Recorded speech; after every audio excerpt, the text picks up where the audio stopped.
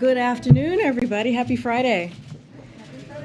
Okay, so today was a historic day for the country. We should all be proud of Justice Ketanji Brown Jackson and her historic investiture to the United States Supreme Court. More than 100 justices have served on the United States Supreme Court over the past 200 years. But today, for the first time, Americans and people across the world will see 4 women sitting on the bench. And today, for the first time, Americans will see a Black woman serving on our nation's highest court. This is a proud day for America, for our democracy, and in particular for women and Black women. This fulfills major promises President Biden made to help make sure our Supreme Court bench reflects the diversity of our nation, and more broadly, to strengthen the judiciary by fighting to nominate and confirm federal judges at a fast rate. He promised his nominees would be experienced, committed to the rule of law, and that they would represent diverse personal and professional backgrounds. Since taking office, President Biden has made 143 nominations. 84 have been confirmed, which is standout progress. And of his 143 nominees, 68% have been women and 66% are people of color. He's nominated groundbreaking first, who would be the first Black, Latino, and AAPI judge to serve in their circuit or district around the country. Today, as we celebrate Justice Ketanji Brown Jackson investiture, we also want to celebrate the many others across the country making history. And the president is going to keep building on what he sees as one of his proudest accomplishments, and he thanks the Senate for their leadership on this issue as well.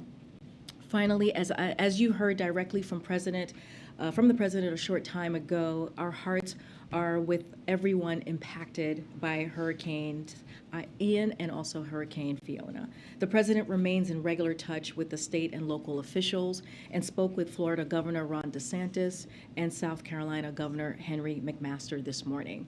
FEMA Administrator Deanne Criswell is also on the ground in Florida today. Since before the storm made landfall, President Biden has been clear that it is a priority for the entire administration to get those impacted by the storm help that they need. 1 week ago, the president issued an emergency declaration for Florida, which meant we could pre-position teams and resources like food, water, and generators on the ground. Yesterday, the president did the same thing for South Carolina in anticipation of the storm hitting there. Currently, efforts are focused on saving lives and search and rescue as part of an unprecedented level of coordination with the Florida National Guard and state and local responders. Teams started search and rescue missions before daylight yesterday and are continuing that effort today. By the end of yesterday, they had already saved hundreds of lives and completed thousands of structural assessments, allowing people to safely return to their homes. Federal teams are continuing to assess damage and work to restore critical services, ensuring emergency power is available to critical infrastructure like hospitals, and evaluating bridges, airports, and ports as well. We're also continuing to support the people of Puerto Rico as they recover from Hurricane Fiona.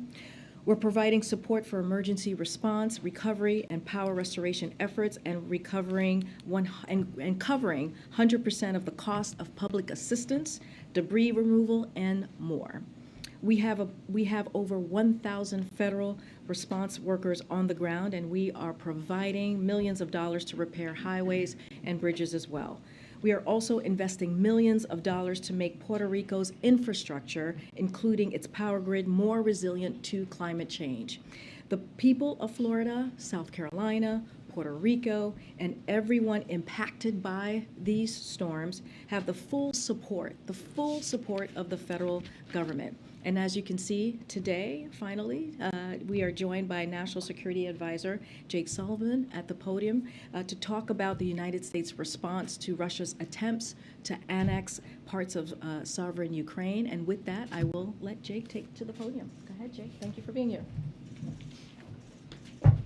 Thank you, Karine. As Karine said, I will have an update for you all on Russia, but first I want to take a moment, just as Karine did, to acknowledge the devastation of Hurricane Ian and the millions of people who have been impacted by this terrible storm. And as Karine said and the President said earlier today, our hearts are with the people of Florida, South Carolina, and the Southeast. As President Biden made clear, we're going to do everything we can across this White House and across this government to support the people who have been impacted by the storm with the full resources of the federal government as communities endeavor to recover and then to rebuild. I also want to say a special word of thanks to our first responders at every level of our government for everything they are doing and for the life-saving and dangerous missions they've undertaken over the last 2 days to keep people safe. And if you'll indulge me, just a word on what was a very important foreign policy development yesterday. President Biden hosted a historic U.S. Pacific Island country summit. He released the first ever U.S. Pacific Island strategy. He announced over $810 million in additional expanded programs to help these countries combat the climate crisis, provide development assistance, enhance maritime security, and more. And finally, President Biden and all 12 Pacific Island presidents who joined him here at the White House for this summit issued a joint declaration to strengthen our partnership and to chart an affirmative vision for the region. Today, as you all saw just a little bit ago, President Biden issued a strong condemnation of Russia's fraudulent attempt to annex sovereign Ukrainian territory. This act is a flagrant violation of international law, and it has no legitimacy. Unfortunately, it's also not surprising. It's straight out of Putin's playbook of deceit, disinformation, and aggression, and we've been warning about it for months. In fact, I've stood at this podium and warned about it several times, including as recently as last week. Based on our information, every aspect of this process was pre-staged and falsified under orders from the Kremlin. The sham referenda were held at gunpoint. Ukrainian civilians were forced to cast ballots through coercion, intimidation, and in some cases under the watch of armed guards. Saying that it somehow reflects the will of the people is an absurdity. The United States will never recognize these actions. The world will never recognize these actions. And we will stay the course, as the President told you earlier today. We have built, led, and maintained an extraordinary and coordinated response with our allies and partners, and that response will continue. As President Biden said, we will not be deterred. So what does that mean specifically in reaction to what has just happened? First, as we saw from the Treasury Department and as the President underscored, we are sending a clear warning from the United States government, supported by all of our G7 partners. We will sanction and impose export controls on any individual, entity, or country that provides political or economic support to these attempts at annexation. We have put in place authorities to enable us to do that rapidly and efficiently. We are also announcing new sanctions today that target additional Russian government officials and leaders, including State Duma members who are accomplices in these fraudulent actions, and including the central bank governor. We are also sanctioning Russian and Belarusian military officials, and we have specifically targeted defense procurement networks, including international suppliers supporting Russia's military-industrial complex. Second, we will continue to provide military equipment so that Ukraine can defend its territory and its freedom. Today, President Biden will sign legislation from Congress that contains more than $12 billion in additional funding for Ukraine, and we are grateful for the continued support. There is no stronger, more bipartisan rebuke of what Russia has just done, no more timely rebuke, and no more assertive statement that we can make through resources and not just through words, that we are going to continue to help Ukraine defend its territory and to deoccupy those parts that Russia has occupied. Earlier this week, we announced a significant new billion-dollar arms package, which included 18 new HIMARS for Ukraine as part of our long-term commitment to strengthening Ukraine's armed forces over the years ahead. And we expect to have another announcement of immediate security assistance to announce next week. Next, the United States and the international community have been crystal clear that we will use diplomatic tools at our disposal to fundamentally reject Russia's attempts to take its neighbor's territory by force. Today, the United States is supporting a resolution at the UN Security Council to condemn these sham referenda and to call on Russia immediately to withdraw its forces from Ukraine. If Russia seeks to shield itself at the Security Council, the United Nations will work with partners around the world to take action next week at the UN General Assembly. Leaders around the world have spoken out about what's at stake: the independence of the democratic nation of Ukraine, the principles of sovereignty and territorial integrity, and the very foundation of the United Nations Charter and the modern international order. As the Secretary General of the United Nations said yesterday, quote, "It must not be accepted," and it will not be accepted. To put it simply, the regions of Donetsk, Luhansk, Kherson, and Zaporizhia remain Ukrainian territory. Ukraine has every right to continue to defend its sovereignty, which the people of Ukraine are doing bravely and courageously every day with the support of the international community. And the United States, for our part, under President Biden's leadership, will support them at every step along the way for as long as it takes. And with that, I'd be happy to take your questions. Yeah. Ukraine is seeking accelerated membership in NATO. Is that something that's possible or something you would seriously consider? The United States has been clear for decades that we support an open door policy for NATO. Any decision on NATO membership is between the 30 allies and the countries aspiring to join. Right now, our view is that the best way for us to support Ukraine is through practical on-the-ground support in Ukraine, and that the process in Brussels should be taken up at a different time. Yes. Thanks, Jake. In his speech this morning, the president called the Nord Stream pipeline attacks, quote, "a deliberate act of sabotage." And he said now the Russians are pumping out misinformation and lies about it. Should we take that to mean that the U.S. now believes that Russia was likely responsible for this act of sabotage?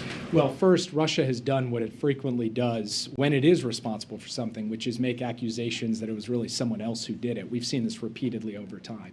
But the president was also clear today that there is more work to do on the investigation before the United States government is prepared to make an attribution in this case. One of the practical reasons for that is that because gas is emanating from these pipelines, the Danish authorities and other authorities in the Baltic Sea can't actually get down to the source of the leak to do forensics on what appears to be an explosion. So we will have to wait until a combination of physical inspection, intelligence gathering, and consultation with our allies to make a definitive determination. But what we can say unequivocally is the suggestions Russia has made about the United States and other countries are flat out false. Russia knows they're false, but of course this is part of their playbook. But how many countries or entities are even capable of carrying out the kind of attack that we saw with hundreds of kilograms of explosives 250 feet below the surface of the sea? Not many. And I think this is obviously an act of sabotage that took place, we believe, in the neighborhood of 70 to 80 meters, 230 to 270 feet under the ocean. That takes some degree of sophistication. But I don't want to get ahead of myself in terms of asserting how exactly this happened or who exactly did it until we're standing on solid ground. We will continue to work with our allies and partners to gather all of the facts, and then we will make a determination about where we go from there. Jake, Yes. 2 questions. Putin clearly had nuclear weapons on his mind today when he was giving this speech. He said the West is deceitful, hypocritical. The United States is the only country to have used nuclear weapons. And he said, by the way, they have created a precedent. How worrying is that to you? I've been clear myself, President Biden has been clear, our administration has been clear that there is a risk, given all of the loose talk and the nuclear saber rattling by Putin, that he would consider this, and we've been equally clear about what the consequences would be. We have communicated that directly to the Russians. We do not presently see indications about the imminent use of nuclear weapons. We are, of course, monitoring that carefully and staying in close consultation with allies and partners. But this is something that we are attuned to, taking very seriously, and communicating directly with Russia about, including the kind of decisive responses the United States would have if they went down that dark road. Is the risk of that higher now than it was 6 or 7 months ago? Well, what's interesting is that at various points over the course of this conflict, including right at the outset, Putin has brandished the nuclear card. He's doing it again.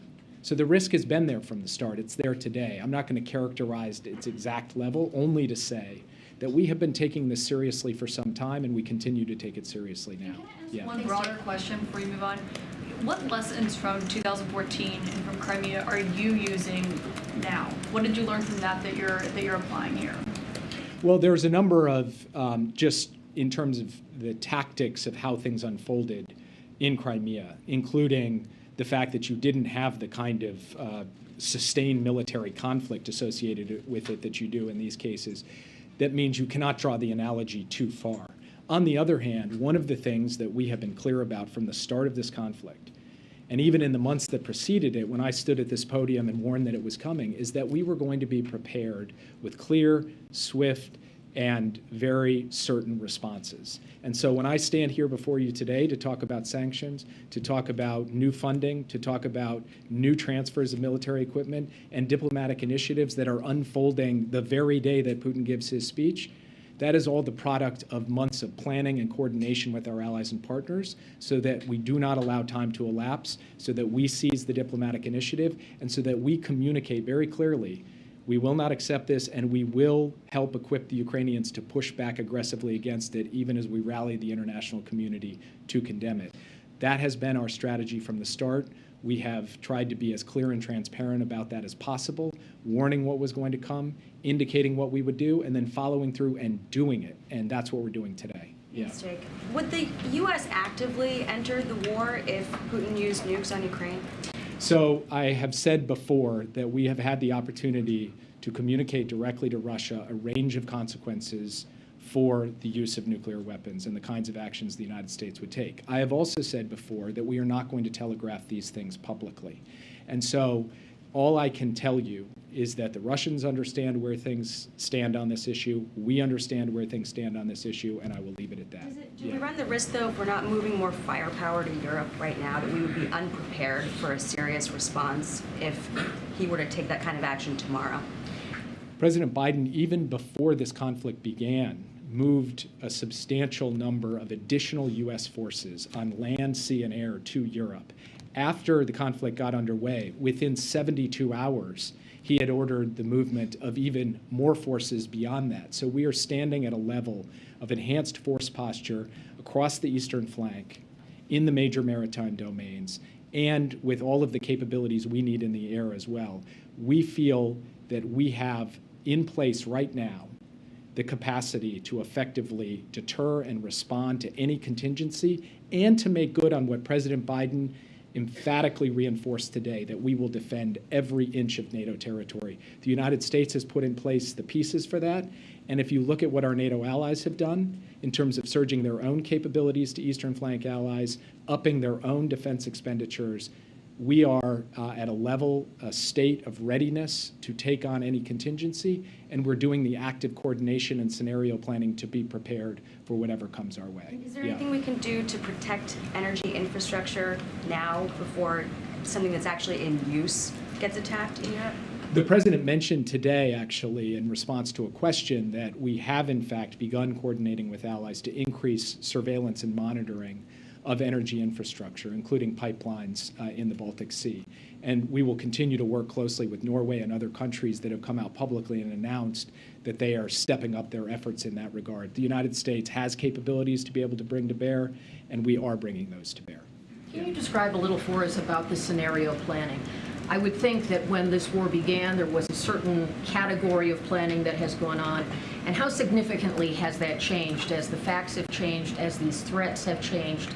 And does it suggest that this is a very dynamic situation where is the president engaged in approving new plans on a frequent basis, or is this something that is part of a ready playbook that would already be at the disposal of the Department of Defense, or is this something that's being retooled in real time? There are elements that are consistent and elements that are dynamic. And what I mean by that is, from the very beginning, we've known the broad categories of forms of escalation that Russia could conceivably undertake. We've known the broad categories of contingencies that we might face, our allies might face, and Ukraine might face. But of course, as time goes on and circumstances change on the battlefield and broader diplomatic circumstances change, and as we gather new intelligence, we can refine the contingency planning within those broad categories to be more specific about different scenarios. And so over time, the president gets updates on the intelligence, updates on the likelihood or lack of likelihood of different circumstances, and refinements in the planning that's taking place across every element of our government, including the Defense Department, the intelligence community, the State Department, USAID, the Department of Energy, the Department of Transportation. We have people, experts from across our government working on a range of contingencies. And the president is in regular touch with his National Security Council principals to get updates on this and to give direction about how to continue to refine and sharpen these plans. The other thing that's happened is you've seen this steady stream of engagements President Biden has had with foreign counterparts, particularly in NATO, the G7, European Union. That has been an opportunity to engage on different scenarios and to make sure that the leaders of these countries are directing their teams to coordinate together so that we can have a common playbook for how we respond in different circumstances. That's been a very important planning function that's almost unprecedented in the intensity and frequency of engagement at the leader level in a circumstance like this. Yeah. Jake, I wanted to ask you about the sanctions. I know we've had batches of sanctions rolled out for the last, say, 7 months, and I wanted you to help us understand what makes you all confident that these latest sanctions would deter or change Putin's behavior when thus far we have not seen his behavior change. Well, so first, one of the key elements of our sanction strategy has been to reduce the capacity of the Russian military machine to regenerate its ability to threaten Ukraine. And we think we have had an impact on that, denying inputs to the weapons of war that Putin wants to manufacture and place on the battlefield. Second, we have wanted to undermine Russia's major sectors in technology, in industry, and, of course, in defense, so that its capacity to project power, threaten and coerce its neighbors, and wage wars of aggression is reduced over time. And we think that there is demonstrable progress on that front as well. Third, we want to send a clear message to the rest of the world that those companies, those individuals, and those countries that are going to stand beside Russia on this issue of illegal annexation, they will subject themselves to sanctions, and we do believe that that will have a considerable deterrent effect and have seen that in other circumstances. So for all of these reasons, we feel that the sanctions element of our strategy, the economic pressure that we are placing on Russia, and the denial of their ability to gather what they need to be able to regenerate their war machine, this has been a critical element to how we have prosecuted our strategy so far, and the impacts of it will continue to be felt month on month as we go forward and put us in a stronger position and Russia in a more disadvantaged position as this unfolds. One follow on annexation. Can I just ask real quick on sort of the broader view of U.S. policy on annexation? Is it U.S. policy that any land gained by defensive or offensive war cannot be legally annexed? It is the U.S. policy that the attempt to annex at the point of a gun, to conquer territory, hold sham referenda, and then declare that territory your sovereign territory and not your neighbor's sovereign territory, is as flagrant a violation of the UN Charter as possible. And this case is cut and dried. And it's for that reason that the UN Secretary General, who has been a careful voice, a neutral arbiter in multiple efforts on diplomacy between Russia and Ukraine over the last 6 months, came out with an absolutely unequivocal statement in this regard yesterday, and every word of it is something that the international community can collectively stand behind. Yeah. Do Russia's actions give you any second thoughts about enacting the oil price cap policy, which essentially would encourage countries to buy Russian oil at a discount as opposed to a full-out global ban?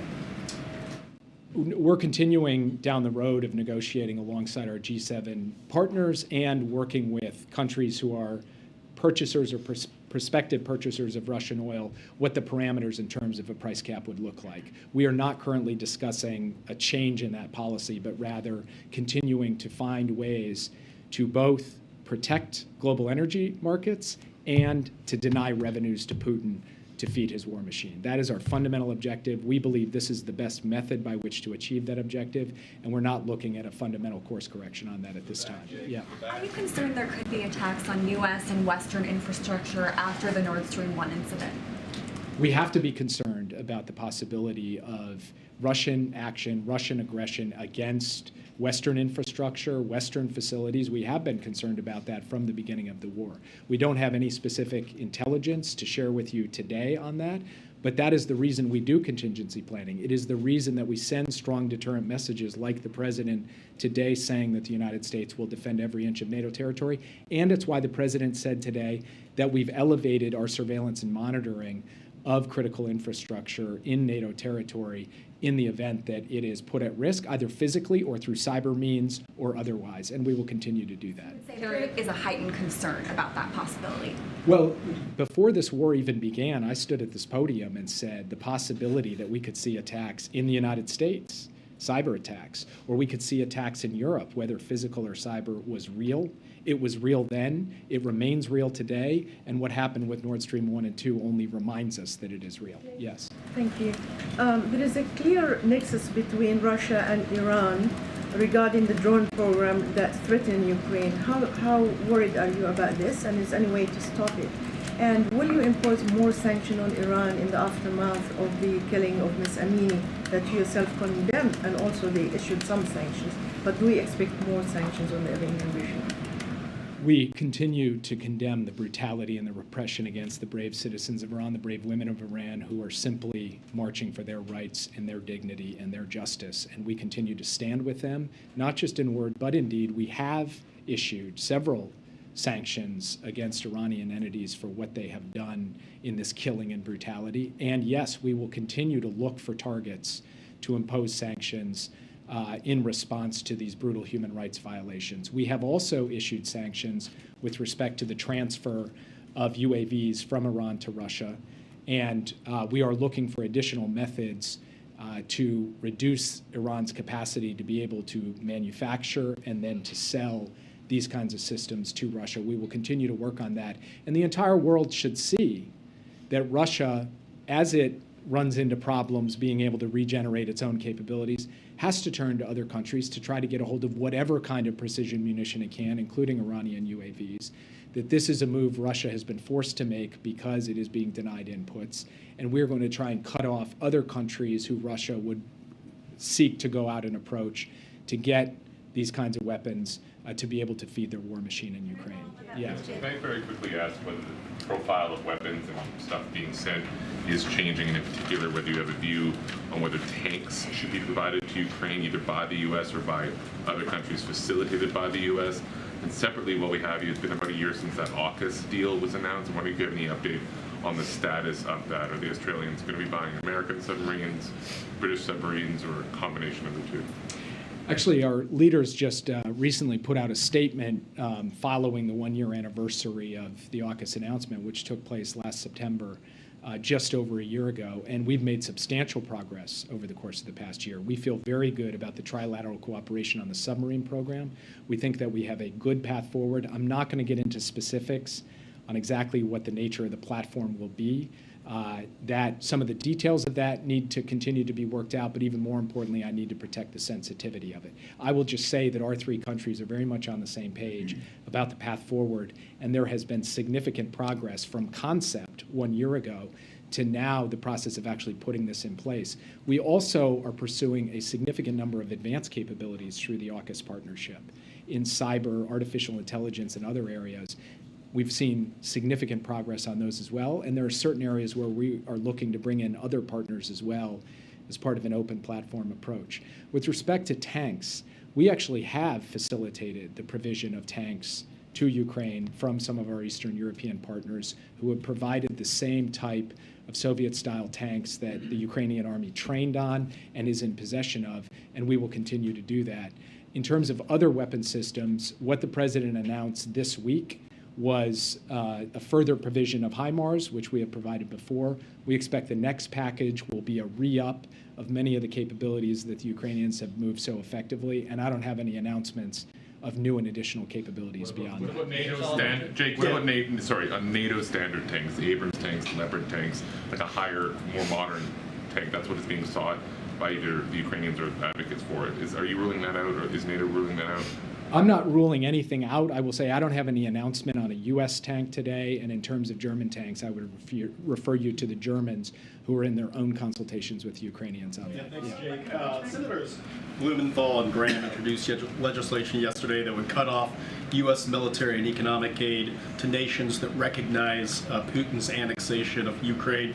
Does the White House support this proposal, or would it consider such a policy move like this? So I haven't had a chance to read the legislation, and in these circumstances, the details end up mattering. But at a broad level, the basic proposition that we should be imposing economic costs on countries, individuals, and entities that are providing political and economic support to these annexations, not only do we agree with that, I just announced that from this podium today. We are going to do that ourselves under executive authority. And I want to issue a clear warning to those who would think about providing political and economic support to these annexed territories or to Russia's efforts to justify and defend the annexation. You can be subject to U.S. sanctions as a result of those activities. We look forward to working with Senators Graham and Blumenthal on an approach in the Congress that could be consistent with and help drive that forward. Thank you, Jake. A couple of questions on Ukraine and then a follow-up on Iran, if I may. I'd like to get the administration's reaction on President Zelensky's statement saying that we are ready for a dialogue with Russia, but with another president of Russia. That's my first one. And then the second one is we understand that U.S. diplomats have been pressing Russia's allies to convince Putin to de-escalate. Can you be more specific about those kinds of overtures? In what ways does the administration believe that China and India can apply more pressure on Moscow to de-escalate, not go the nuclear route? So on your second question, we think any country that believes in the principles of the UN Charter, and frankly, that should be every country that signed up to the UN Charter, should be taking on its measure of responsibility to communicate directly to the Kremlin that what it is doing is wrong, it is unjustified, and it must stop.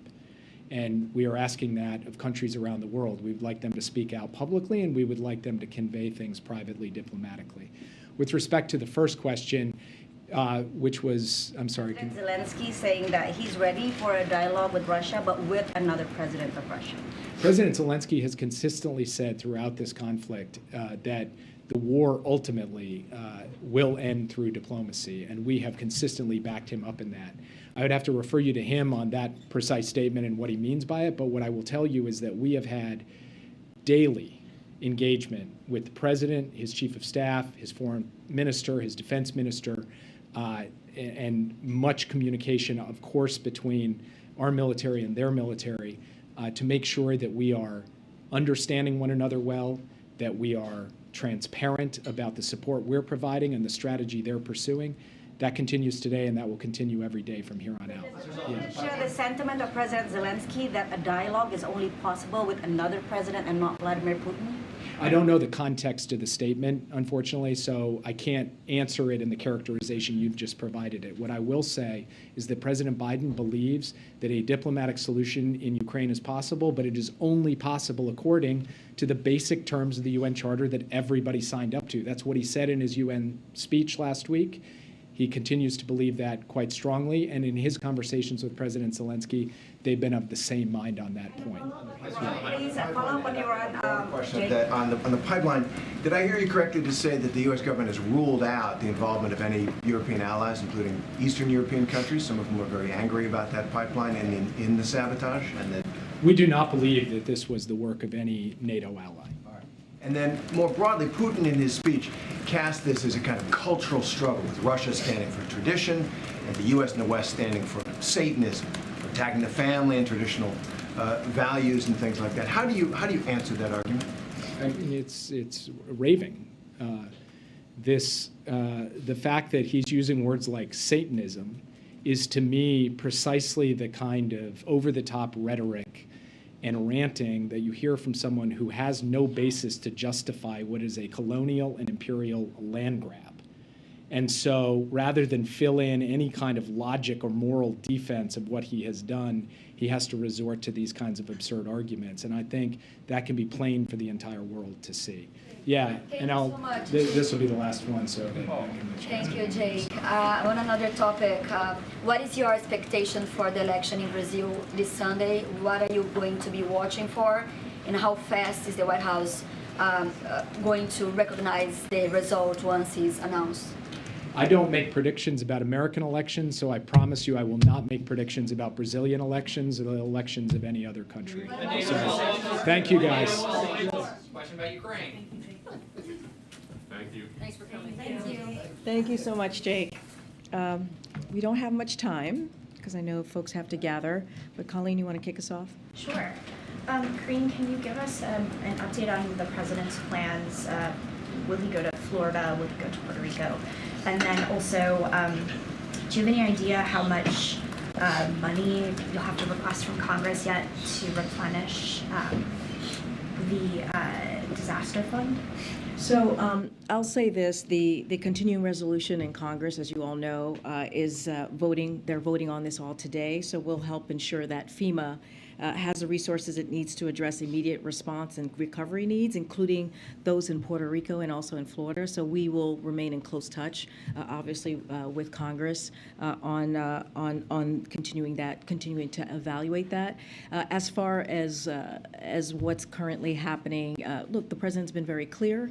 He wants to focus on what Florida needs, what Puerto Rico needs, and they both have the full force and the full support of the federal government, and we will continue to have close conversations with the officials on the ground to make sure that they have the people in Puerto Rico and the people in Florida have what they need. As you heard, he spoke to the South Carolina governor today, offering those same that same support. One of the things that I just want to reiterate, which is really important about what we have seen these last couple of days, more than a week, is if you think about what the president was able to do in Florida and what the president's going to be able to do in South Carolina, which is pre-position federal employees, responders on the ground in a way that we have not seen before. It is unprecedented what we're seeing, the type of coordination that we're seeing on the ground. And so that is because the president has made this a priority, and he wants to make sure that we are offering all of the support. Just to name a few, because this is, we think, important.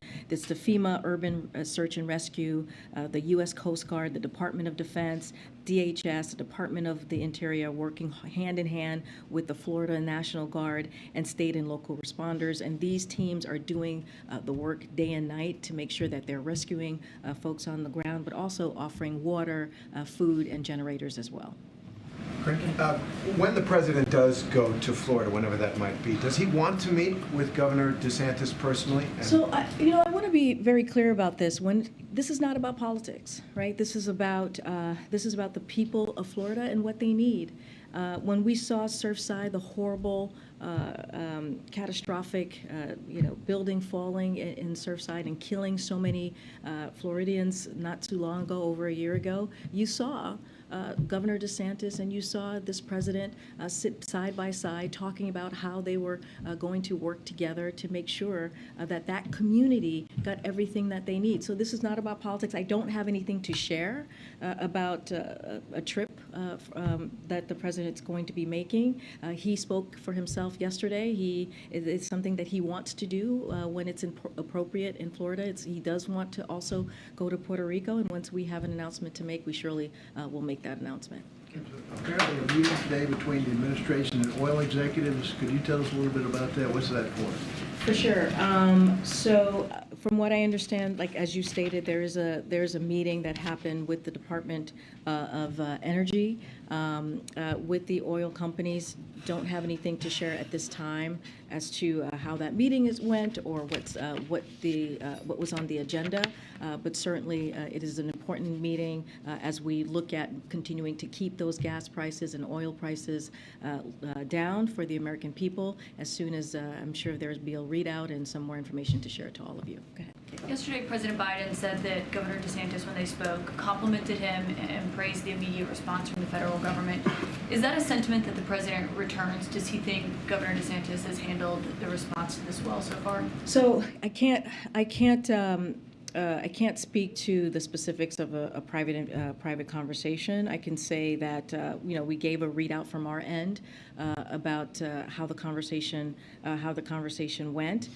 Again, we don't want to make this about politics. We don't want to make this about red states versus blue states. This is about the American people that are families and everyday people who are on the ground who need the assistance, and they are going to continue to coordinate. They are going to continue to have conversations. They had, I believe, 3 conversations in just a week's time about what they can do to help the communities in Florida. But I don't want to get into politics here because this is not about that. Right. I'm not asking about politics. I'm just asking if the president thinks that Governor DeSantis has done a good job. I'm just not so going far. to, look, I haven't had that conversation with the president. What I can tell you is that they are working closely together. The FEMA administrator is down there currently with the governor. They are traveling the state together and looking at what is currently happening on the ground.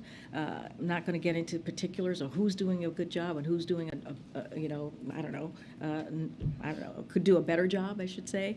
Right now, we are working closely, hand in hand, with the officials on the ground. We have had multiple conversations, not just this president, but also the FEMA administrator. And you can see the fact that they've had conversations, the fact that the FEMA administrators on the ground, that this is a working relationship that is about the people of Florida. I'm not going to get into scorecards here. I don't think you got called. Yeah, thanks. Just real quick, the president will sign the CR today? Is that the idea? I don't have any. That's a very good question. I don't have any specifics on that. I know it takes some time. Like there's mechanics that need to be handled on the Congress side before a bill gets here. I don't have any specifics on when that gets signed. Clearly, he will sign it as soon as he's able to do that. Okay, and is the White House still committed to an early October timeline for the application for student loans to go public? Yesterday there was an email that went out to some borrowers that said October generally. It didn't say early October. I'm wondering if the timeline has slipped at all. I do have a little bit. I don't have a specific date in October, but let me just, since you mentioned the email, yesterday we began the first of what will be regular updates to borrowers interested in debt relief. We shared information of what people can expect in the coming weeks around the program and process for applying. We shared the following. The application for debt relief will be available next month in October. No date set yet. We will next month. It's this month. We are in October, right? Or tomorrow. Tomorrow we're in October. The application will be a short online form. Borrowers won't need to upload any documents or use their FSAID to support their application. The application will be available from October 2022 through December 2023.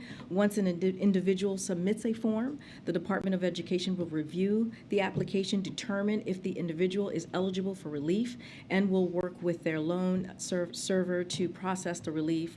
Our goal, as you all know, and we have said this, is to provide borrowers a seamless and simple experience working closely with the servicers who will actually process the relief. We will have additional information for borrowers and in the upcoming days. Again, I know you're asking for a specific date, but that was what we provided in the email, and we should have more soon to share. Really briefly, do we have any week ahead guidance for next week? I know that you don't want to say anything about the trip to Puerto Rico or Florida, but typically we usually put out our week aheads for those who follow the week aheads coming out of here on Sundays. If there is a trip next week, we certainly will share that with you. Don't have anything to announce at this time at the podium. Just put a plug in for on Fridays as much as possible, trying to give some week ahead. No, I understand. We've been here for 19 months, and we've always done the week aheads on Sundays. I hear you. I get it, but I'm just. Jen used to do that on Oh yeah, that's right. We just don't have. I hear what you're saying. We just don't have anything today for Friday to share. I get the question. I got it. But normally, yes, we do our week aheads that we send out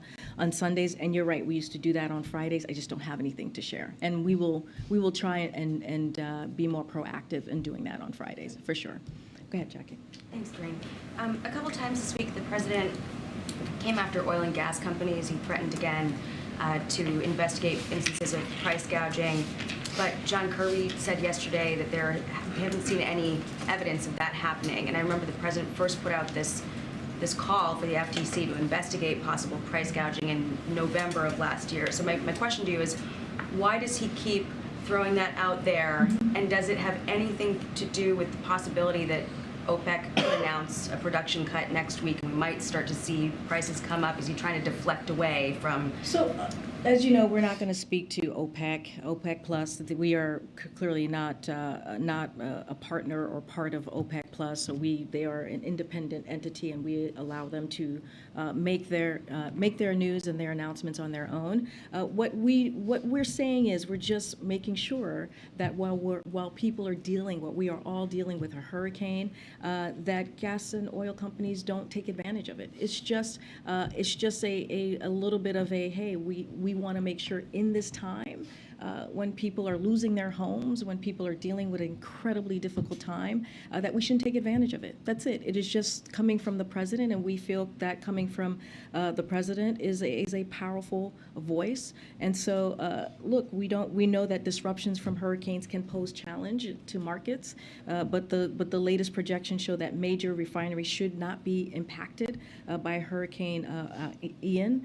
And so we're just making it very clear to the oil companies. The president is making it very clear to the oil companies. So there's nothing more to it than just being vigilant about that. Does it all run the risk, though, of further fraying the relationship between the administration and these? There's been, obviously some space between, their position, industry head's position, and the White House in terms of attitudes toward fossil fuels and, sort of casting of blame from side to side. The companies will say, well, the Biden administration is hostile, and that's why, we can't ramp up production. Does this kind of rhetoric make it worse? I think so. As you know, the oil companies are currently meeting with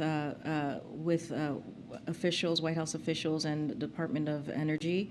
And so, look, I think the president thinks that he is standing up for the American people and making sure that oil companies are passing on the savings that they're getting to consumers. And we have said that time and time again. And this is something that the president thinks it's important to use his platform to do so.